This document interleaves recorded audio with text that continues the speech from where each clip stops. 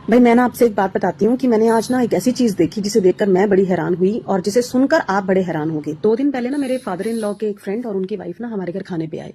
तो उनके बाल आंटी जी के इतने ज्यादा सुंदर, शाइनी, स्ट्रांग और इतने काले घने बाल, मैं देखकर बड़ी हैरान थी। और जैसे ही हम बातें करने लगे तो मैंने बोला, आंटी आपके बाल बड़े सुंदर हैं।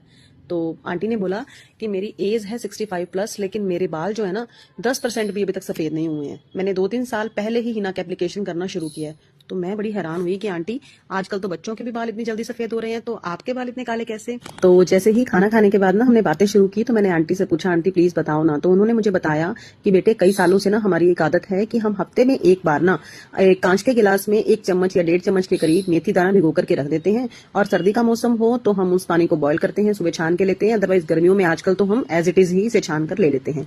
और जो मेथी दाना होता है ना, उसमें से आधा आधा चम्मच हम खा लेते हैं, और बाकी जो फूल करके डबल ट्रिपल हो जाता है इसका वॉल्यूम, उसे ना अगर हम 3-4 घंटे और रख देते हैं तो उसके अंदर ना एक चिपचिपापन आ जाता है नेचुरली, क्योंकि जो मेथी दाना होता है ना बड़ी जल्दी से फर्मेंट होने लगता है, और उसके अंदर एक ऐसे सीरम जैसे गुण या प्रॉपर्टीज हो जाती हैं जो कि महंगे से महंगे सीरम के अंदर भी ना इतने न्यूट्रिएंट्स नहीं हो सकते हमारे बालों के लिए।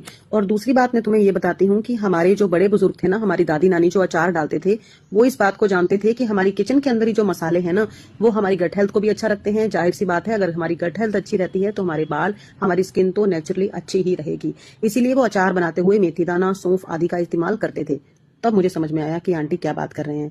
तो ये सारी बातें मेरी बेटी भी सुन रही थी पास बैठी हुई। तो उसने बोला, मम्मी मुझे अपने बालों को ना और सुंदर करना है, घना करना है, और हमेशा काले ही रखना है। तो मेरे लिए तो आप हफ्ते में कम से कम एक बार ना इसे भिगो ही दिया करो। तो मैंने उसके लिए आज ही भिगो दिया था और उसने अपने बालों में अप्लाई किया। सिर्फ आंटी ने हमें ये बताया कि अच्छे तरीके से ना, मैं तो जैसे हम कोई भी रिंस करते हैं ना अपने बालों में, वैसे ही कर लेती हूँ। अदरवाइज मेरी जो बहुएं हैं या बेटी है ना, वो तो स्प्रे बॉटल में डाल करके या ड्रॉपर की हेल्प से ही लगाती हूँ। तो मेरी बेटी ने फिलहाल तो इसी तरीके से लगाया जैसे आंटी ने बताया था। स्टार्टिंग में पहले आगे वाले बालों में और उसके बाद अपने सिर को ना उसने उल्टा कर लिया, और इससे हमारी स्कैल्प का ना ब्लड सर्कुलेशन भी बढ़ जाता है और बालों को बहुत ही ज्यादा नरिशमेंट मिल जाती है। सिर्फ साफ सुथरे सिर में ही लगाना है, कभी भी गंदे बालों में इसे अप्लाई नहीं करना है। और लगा करके सिर धोने की भी कोई जरूरत नहीं है, आप सिर्फ पानी से वॉश कर सकते हो। अदरवाइज आप ऐसे भी सूखने के लिए छोड़ दोगे ना तो ये सीरम अपना काम करता रहेगा। फिर मिलूंगी मैं आपसे नेक्स्ट वीडियो में। Till then bye bye.